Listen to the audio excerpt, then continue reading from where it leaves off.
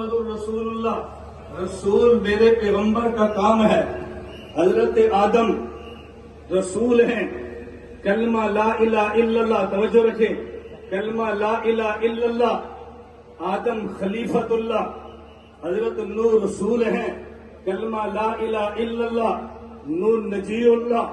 حضرت ابراہیم رسول ہیں، کلمہ لا الہ الا اللہ، ابراہیم خلیل اللہ۔ حضرت موسیٰ رسول ہیں، کلمہ لا الہ الا اللہ، موسیٰ کلیم اللہ۔